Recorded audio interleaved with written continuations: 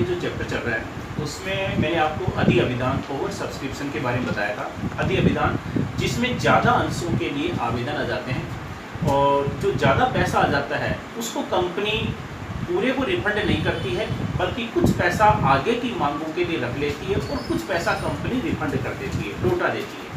तो इस पैटर्न के हमने कुछ इलस्ट्रेशन किए थे और कुछ क्वेश्चन किए थे। लेकिन कई बार क्या है, इस अधि अभिधान में एक टेबल बनाने की ज़रूरत पड़ जाती है। ये टेबल बनाने की ज़रूरत कब पड़ती है, इसके लिए मैंने आपको पिछली बार बताया था कि जैसे अधि अभिधान के लिए प्रश्न में दे रखा है कि एक कंपनी के द्वारा 30,000 अंश जारी किए गए, इश्यू अंश कंपनी ने जारी किए 30,000 और जनता ने आवेदन कर दिया 70,000 के लिए, मतलब एप्लीकेशन 70,000 अंशों के लिए आई। ठीक है, अब इसमें एक परिस्थिति अगर दी जाती है 70,000 अंशों के लिए आवेदन आए, कंपनी ने 10,000 अंशों का पैसा है वो रिफंड कर दिया और शेष को यथानुपात आवंटन कर दिया। यानी कि कंपनी के पास में पैसा तो 70,000 अंशों का आया था, लेकिन उसमें से 10,000 अंशों का पैसा तो लौटा दिया, तो वो लौटाने की एंट्री कर देंगे। और शेष को यथानुपात यानी कि बाकी अंशों का पैसा कंपनी ने रख लिया। इसका मतलब है शेष अंश वो कितने बचे, 60,000। कंपनी ने 60,000 अंशों का पैसा रख लिया, जबकि कंपनी को अंश कितने अलॉट करने थे, 30,000। 30,000 अंशों का जो ज्यादा पैसा आ गया है इसको कंपनी आगे काम में ले लेगी। अगर प्रश्न में कोई सूचना नहीं है तो अलॉटमेंट में काम में ले लेगी। ठीक है, कई बार ऐसे दिया जाता है प्रश्न में कि अधिक राशि को या अधिक के राशि को कंपनी अंतिम मांग तक काम में ले सकती है। तो ये जो ज़्यादा पैसा बच गया है इसको कंपनी अलॉटमेंट में काम में लेने के बाद में भी पैसा बच जाता है तो उसको फर्स्ट कॉल में काम में ले लेती है। सेकंड फिर भी पैसा बच जाता है तो सेकंड कॉल में भी काम में ले सकती है। फिर भी बच जाता है तो कंपनी रिफंड कर देगी। एक तो है पहली परिस्थिति, तो ये परिस्थिति तो हम पहले कर चुके हैं। हाँ, ऐसा हमने कोई क्वेश्चन नहीं किया है जिसमें अधिक की राशि को हम आगे काम में ले सकते हैं। लेकिन अब है टेबल बनाने की जरूरत कैसे पड़ती है। टेबल बनाने की जरूरत कैसे पड़ती है, जैसे 70,000 के लिए कंपनी के पास में आवेदन आए, कंपनी ने आवंटन कैसे किया कि एक व्यक्ति जिसने 5,000 अंशों के लिए आवेदन किया था उसको कंपनी ने 2,000 अंश अलॉट कर दिए। एक व्यक्ति जिसने 10,000 अंशों के लिए आवेदन किया था उसको कंपनी ने 7,000 अंश दे दिए। इसके अलावा कुछ व्यक्ति जिन्होंने 20,000 अंशों के लिए आवेदन किया था उनको कंपनी ने 10,000 अंश अलॉट कर दिए। इस प्रकार से प्रश्न में दिया जाता है कि इतने अंशों के लिए आवेदन किया था, इसको कंपनी ने इतने दिए, इसने इतने अंशों किया था, उसको कंपनी ने इतने अंश अलॉट किए। अगर इस प्रकार की परिस्थिति दी जाती है तो फिर हमारे को टेबल बनानी पड़ेगी। तो इस पैटर्न का एक मैं आपको इलस्ट्रेशन बता रहा हूँ जो जिसमें हमारे को टेबल बनानी पड़ेगी। तो इसमें देखो आपके बुक के अंदर 7वां इलस्ट्रेशन, 6 इलस्ट्रेशन हमने कर लिए थे और 7वां जो इलस्ट्रेशन है उसमें दे रखा है, इसमें दे रखा है कि चिंटू एंड कंपनी लिमिटेड ने 10 रुपए वाले 1,000 अंश निर्गमित किए। कंपनी ने अंश जारी किए 1,000 और अंश का अंकित मूल्य फेस वैल्यू है 10 रुपए और राशि आवेदन बंटन प्रथम और द्वितीय मांग पर समान रूप से दी थी। देखो कंपनी ने 4 टुकड़ों में पैसा मांगा है, एप्लीकेशन, अलॉटमेंट, फर्स्ट कॉल और सेकंड कॉल। तो राशि कैसी मांगी, समान, मतलब कंपनी को टोटल पैसा लेना है 10 रुपए एक अंश पर, तो 10 को 4 टुकड़ों में डिवाइड कर देंगे तो प्रत्येक अंश पर कंपनी कितने मांगेगी, 2.5 रुपये। तो हर अंश पर कंपनी 2.5 रुपये, हर मांग पर 2.5 रुपये मांग रही है। एप्लीकेशन, अलॉटमेंट, फर्स्ट कॉल और सेकंड कॉल सब पर कंपनी 2.5 रुपये मांग रही है।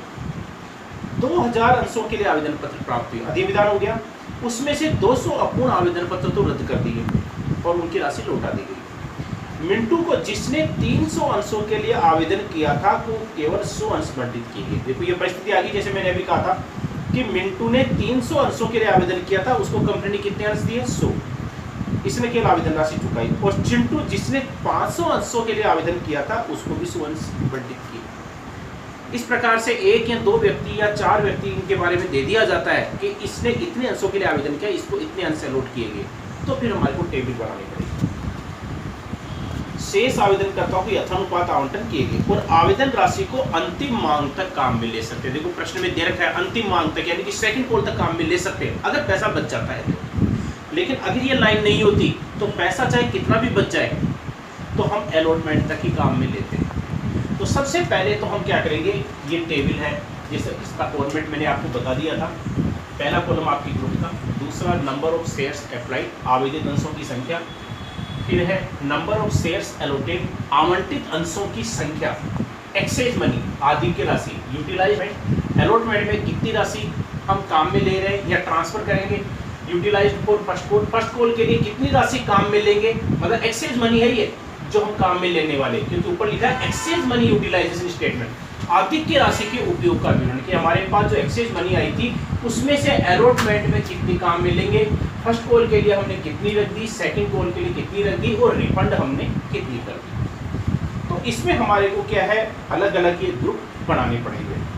तो सबसे पहले इसमें दे रखा है कि टोटल जो 2000 के लिए आवेदन आए थे 200 अपूर्ण आवेदन पत्र तो रद्द कर दिए। तो हम ऐसे ग्रुप बना सकते हैं, इसको कोई सा भी, जैसे मान लो कि इसको फर्स्ट ग्रुप ऐसे दे दिया, मान लो इसमें कितने अंशों के लिए आवेदन आए 200, और ये एप्लीकेशन है इनकम्प्लीट थी, इसलिए कंपनी ने उनको कोई आवंटन नहीं किया। ठीक है, जब आवंटन नहीं किया तो ये पैसा कंपनी काम में भी नहीं ले सकती है, तो ये कंपनी रिफंड कर देगी पैसा। और एप्लीकेशन पर या सभी पर वैसे 2.5 रुपये मांग रही है, तो 2.5 रुपये के हिसाब से 200 अंशों का जो पैसा है वो आपके कितना हो गया 500 रुपये। तो कंपनी ये 500 रुपये क्या कर देगी, रिफंड कर देगी। ठीक है, इसके बाद में देखो आगे, मिंटू, इसने 300 अंशों के लिए आवेदन किया था। मिंटू ने 300 अंशों के लिए आवेदन किया था, नंबर ऑफ शेयर्स आवेदन किया था 300 अंशों के लिए, कंपनी ने अंश कितने अलॉट किए 100। देखो इसमें पैसा कंपनी के पास में 300 अंशों का आया था, कंपनी ने अंश दिया 100, तो 200 अंशों का ज्यादा पैसा आ गया। अब कितना ज्यादा पैसा आ गया, 2.5 रुपये के हिसाब से 500 रुपये एक्सचेंज मनी आ गई।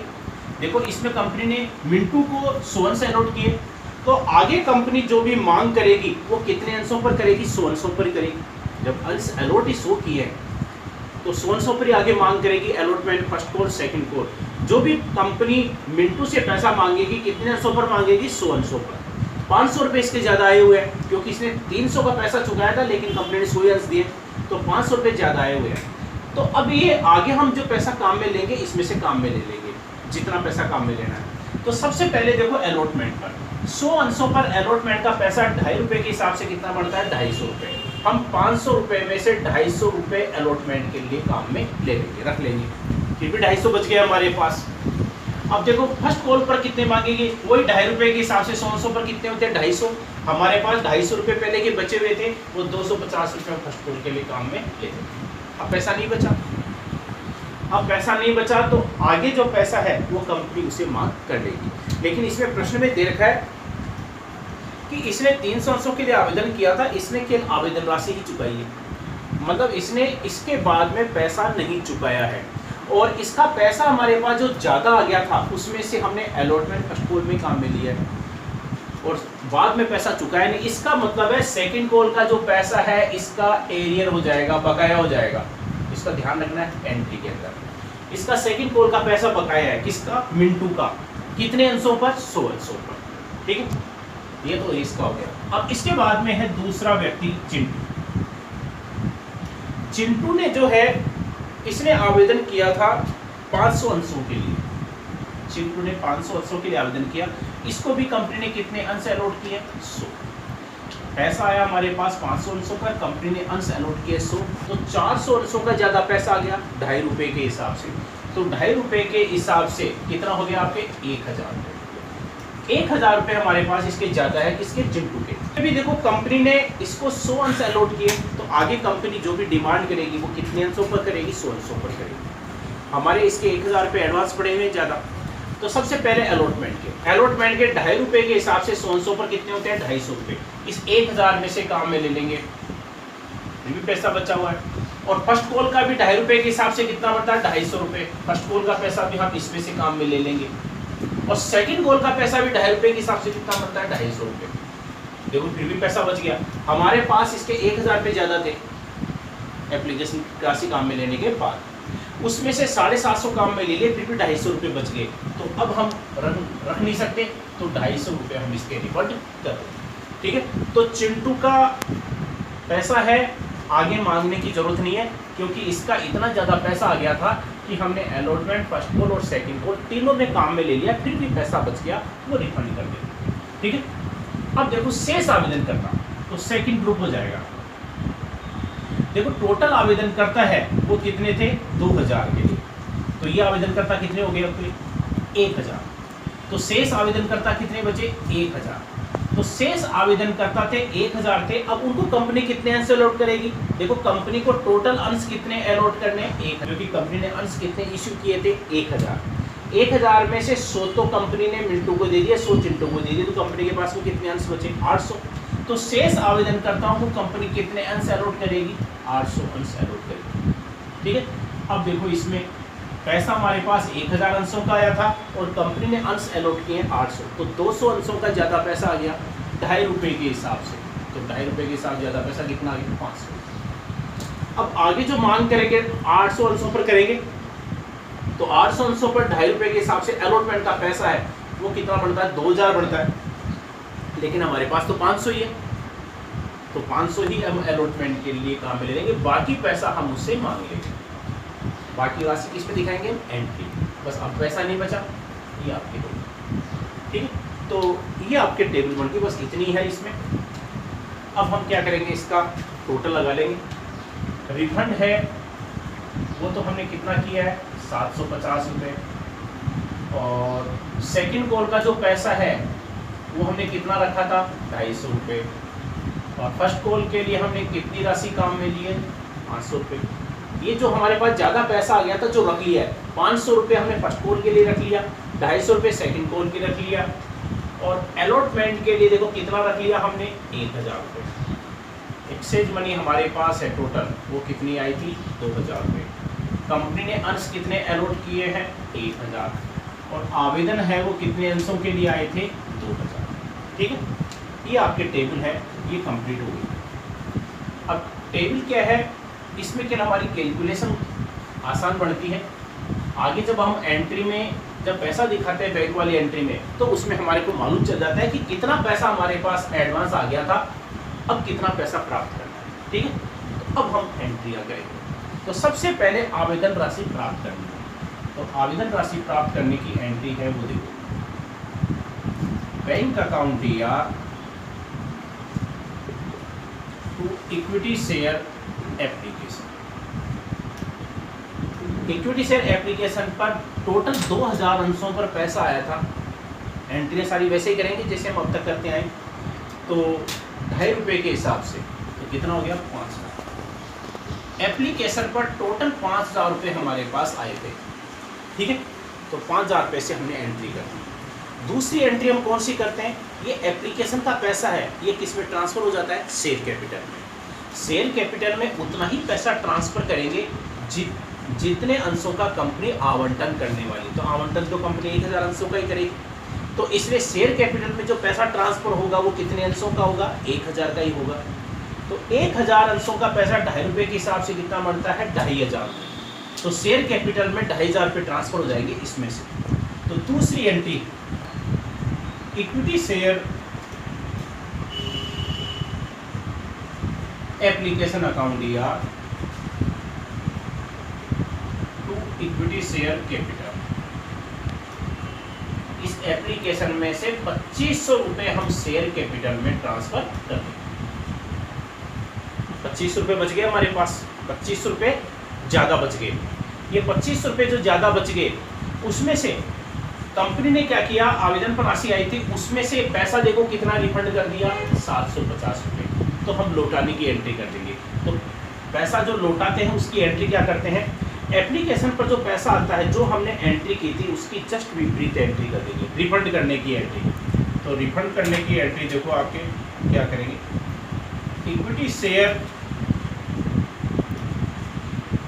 एप्लीकेशन अकाउंट दिया टू बैंक, कितना पैसा रिफंड कर दिया 750 रुपये। 750 रुपये हमने रिफंड कर दिए, ये होगी रिफंड करने की है। ठीक है, अब देखो हमारे पास जो पैसा ज़्यादा आया था उस ज़्यादा पैसे में से हमने 1000 रुपये तो अलॉटमेंट के लिए ट्रांसफ़र कर दिए, 500 रुपये फर्स्ट कॉल के लिए और 250 रुपये सेकंड कॉल के लिए, ठीक है। और ये पैसा ज़्यादा पैसा है वो किस पर आया था हमारे पास, एप्लीकेशन पर। तो एप्लीकेशन का पैसा हम ट्रांसफ़र करते हैं, जैसे एक ही एंट्री मैंने बताई थी पहले कि एप्लीकेशन का पैसा शेयर कैपिटल शेयर अलॉटमेंट में ट्रांसफ़र करते हैं। तो हम एंट्री क्या करते हैं, इक्विटी शेयर एप्लीकेशन अकाउंट या टू इक्विटी शेयर अलॉटमेंट। लेकिन इसमें तो जो पैसा है अलॉटमेंट के साथ साथ फर्स्ट कॉल और सेकंड कॉल दोनों के लिए ट्रांसफ़र हो रहा है, तो उनकी एंट्री भी हम कंबाइंड एंट्री एक साथ कर देंगे। तो तीनों की हम एक साथ एंट्री कर देता हूँ। इक्विटी शेयर एप्लीकेशन अकाउंट या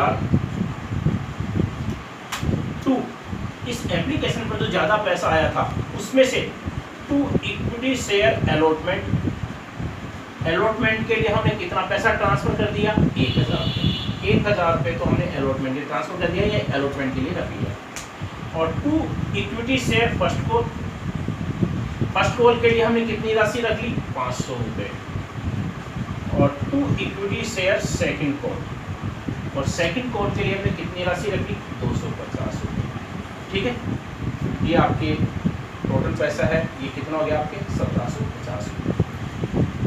अब देखो इसमें टोटल हमारे पास जो 5000 आए थे उसमें से 2500 रुपये तो हमने शेयर कैपिटल में ट्रांसफ़र कर दिए, 750 रुपये हमने रिफंड कर दिए, लौटा दिए। बाकी हमारे पास कितना जब पैसा बच गया, 1750 रुपये। बाकी 1750 रुपये जो बच गए उसमें से 1000 रुपये हमने अलॉटमेंट के लिए रख लिए, 500 रुपये फर्स्ट कॉल के लिए रख लिए और 250 रुपये सेकंड कॉल के लिए रख लिए। तो देखो मैंने ये एंट्री जो बताई थी, एक बार फिर से देख लो इसको। टोटल हमारे पास 5000 रुपये आए थे, ठीक है। उसमें से 2500 रुपये, 2500 रुपये तो हमने शेयर कैपिटल में ट्रांसफ़र कर दिए। कितने बच गए, 2500 रुपये। 2500 रुपये में से हमने 750 रुपये लौटा दिए, तो हमारे पास कितने बचे, 1750।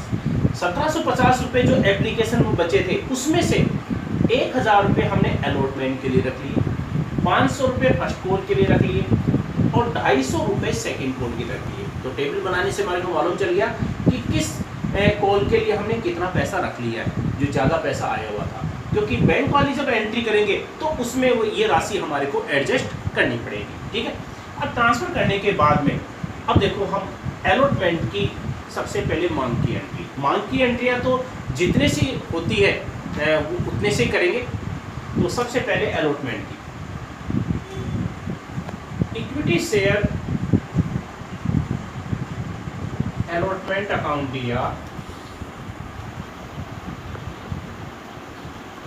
To equity share capital. देखो सारी एंट्रियां हैं हम 1000 अंशों से करेंगे, क्योंकि कंपनी ने आवंटन कितने अंशों का किया है, 1000 का। कंपनी ने अंश 1000 जारी किए थे, इसलिए आवंटन भी कंपनी 1000 अंशों का करेगी। तो अलॉटमेंट पर 1000 अंशों पर कंपनी चाहे एप्लीकेशन हो, अलॉटमेंट हो, फर्स्ट कॉल या सेकंड कॉल, सब पर 2.5 रुपये मांग रही है। तो 2.5 रुपये के हिसाब से कितना होता है, 2500 रुपये, यानी कि 2500 रुपये। तो 2500 रुपये से मांग की एंट्री, तो अलॉटमेंट की मांग की एंट्री हम 2500 रुपये से कर देंगे, यानी कि अलॉटमेंट का टोटल पैसा हमारा 2500 रुपये बढ़ता है। अब प्राप्त कितना हुआ है फिर हम बैंक वाली एंट्री करेंगे। तो अब बैंक वाली एंट्री है वो देखो, इसमें बैंक अकाउंट दिया टू इक्विटी शेयर अलॉटमेंट। अब देखो अलॉटमेंट पर टोटल पैसा तो हमारा 2500 रुपये बढ़ता है, लेकिन हमने 1000 रुपये तो अलॉटमेंट के लिए पहले रख लिया था, एडवांस में आ गया था। तो 1000 रुपये हमने अलॉटमेंट के लिए रख लिए थे या ट्रांसफ़र कर दिए थे, तो 1000 रुपये कम भी लेंगे। तो 2500 में से 1000 रुपये कम कर दो तो कितना हो गया, 1500 रुपये। यानी कि इसकी जो बैंक वाली एंट्री है वो कितने से कर देंगे, 1500 रुपये से कर देंगे। हमने एंट्री कर ली थी अलॉटमेंट पर, टोटल पैसा तो 2500 रुपये बढ़ता था, लेकिन 1000 रुपये हमारे पास अलॉटमेंट के लिए पहले एडवांस में आ गए थे, यानी कि अलॉटमेंट के लिए रख लिए थे। तो इस राशि को एडजस्ट करने के बाद में कितनी राशि बची, 1500 रुपये, इसलिए हमने बैंक वाली एंट्री 1500 से की। अब फर्स्ट कॉल की एंट्री, तो सबसे पहले मांग की entry, equity share first call account दिया टू इक्विटी शेयर कैपिटल। देखो फर्स्ट कॉल पर वही ₹2.5 के हिसाब से 1900 पर राशि कितनी बनती है? 2500 रुपये। फर्स्ट कॉल का टोटल पैसा हमारा बनता है 2500 रुपये, यानी कि 2500 रुपये की हमारी टोटल डिमांड है या इतनी राशि बनती है। अब एक्चुअल में कितनी राशि प्राप्त हुई है, अब बैंक वाली एंट्री करेंगे कि फर्स्ट कॉल का पैसा हमारे को कितना प्राप्त हुआ। तो प्राप्त होने पर हम बैंक वाली एंट्री करते हैं। तो bank account DR to equity share first call. अब देखो इसमें फर्स्ट कॉल पर टोटल पैसा तो 2500 रुपये बनता था, लेकिन हमने फर्स्ट कॉल के लिए कितना पैसा रख लिया था पहले? 500 रुपये। 500 रुपये हमने पहले ही रख लिया था। 500 रुपये पहले रख लिया था, तो 500 रुपये कम कर दो 2500 में से, कितने बचे? 2000। यानी कि एक्चुअल में हमारे को फर्स्ट कॉल के 2000 ही मिले हैं, क्योंकि 500 रुपये तो हमारे पास पहले एडवांस आ गए थे एप्लीकेशन पर, जिसको हमने रख लिया था फर्स्ट कॉल के लिए। तो फर्स्ट कॉल की बैंक वाली एंट्री है वो कितने से हो जाएगी? आपके 2000 रुपये से हो जाएगी। अब इसके बाद में आएगी आपके सेकंड कॉल की एंट्री। तो सबसे पहले मांग की entry, equity share second and final call account DR to equity share capital. अच्छा, सब पर राशि समान है, ₹2.5 के हिसाब से 1900 पर टोटल पैसा, इस पर भी कितना बढ़ता है? 2500 रुपये। तो मांग की एंट्री इससे भी हमारे कितने से करेंगे? 2500 रुपये से, यानी कि सेकंड कॉल पर हमारा टोटल पैसा 2500 रुपये बढ़ता है। अब राशि जब प्राप्त होगी तो अब हम बैंक वाली एंट्री करेंगे। तो एक्चुअल में कितनी राशि प्राप्त हो रही है वो हम बैंक वाली एंट्री में दिखाएंगे। Bank account DR to equity share second and final call. तो देखो अब सेकंड कॉल का देखो, टोटल 2500 रुपये हमारे सेकंड कॉल के बढ़ते थे। उस 2500 रुपये में से 250 रुपये तो हमारे पास पहले आ गए थे, तो राशि है वो कितनी बची? 2250। लेकिन देखो एक जो व्यक्ति था ये आपके मिंटू, इस मिंटू के लिए दे रखा था कि इसने क्या किया है, आवेदन राशि चुकाई थी, बाद में पैसा नहीं चुकाया, लेकिन इसने आवेदन राशि पर जो पैसा ज़्यादा चुकाया था 500 रुपये, उसमें से हमने अलॉटमेंट और फर्स्ट कॉल की राशि तो एडजस्ट कर दी, लेकिन सेकंड कॉल के लिए पैसा बचा नहीं और इसने पैसा चुकाया नहीं। इसका मतलब है इसका सेकंड कॉल का पैसा बकाया है। किसका? मिंटू का। और मिंटू के अंश कितने थे? 100। तो 100 अंशों पर ₹2.5 के हिसाब से कितना पड़ता है? 250 रुपये। तो 250 रुपये प्राप्त नहीं हुए। तो सेकंड कॉल पर हमारे को पैसा है वो कितना मिलने वाला था? 2250। टोटल तो 2500 बनता था, 2500 बनता था, उसमें 250 रुपये तो हमारे पास पहले आ गए थे, उसको कम करने के बाद में 2250 बचे और 250 रुपये हमारे को प्राप्त नहीं हुए, तो कॉल सिनेरियर हो गया। तो कितनी राशि हो गई? 2000। इसका मतलब है एक्चुअल में कितनी राशि प्राप्त हुई है? 2000। तो बैंक वाली एंट्री है वो कितने से कर देंगे? 2000 से कर देंगे। ये 2000 रुपये आपके सेकंड कॉल की राशि हो जाएगी। तो ये मैंने आपको इसकी एंट्री बताई है। अब देखो इसमें आपका जो क्वेश्चन है इसमें दे रखा था कि कंपनी की पुस्तकों में जो 7वां जो इलस्ट्रेशन आपके पेज नंबर 194 पर रोकड़ बही में प्रविष्टियां कीजिए। तो देखो ये इलस्ट्रेशन जो शो किया हुआ है एंट्री में, देखो आपके बैंक वाली एंट्रियां नहीं कर रखी है, क्योंकि इसमें प्रश्न में क्या दे रखा था कि रोकड़ बही बनाइए। रोकड़ बही बनाने के लिए कहा जाता है तो हम क्या करते हैं? कैश बुक बनाते हैं, बैंक वाली एंट्री नहीं करते।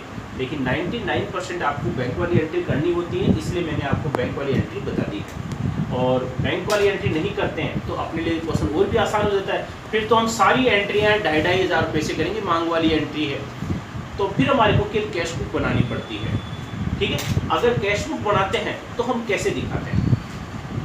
कैश बुक बनाते हैं तो बैंक वाली एंट्रियों में, जिन एंट्रियों में हमने बैंक को डेबिट किया है वो कैश बुक के डेबिट साइड में दिखा देंगे, और जिन एंट्री में बैंक को क्रेडिट किया वो क्रेडिट साइड में। तो सभी एंट्रियों में, जैसे अलॉट एप्लीकेशन में हमने बैंक को डेबिट किया, कैश बुक के कहाँ दिखा देंगे? डेबिट साइड में। अलॉटमेंट में बैंक वाली एंट्री हमने की 1500 रुपये से, वो भी हम कहाँ दिखा देंगे? डेबिट साइड में।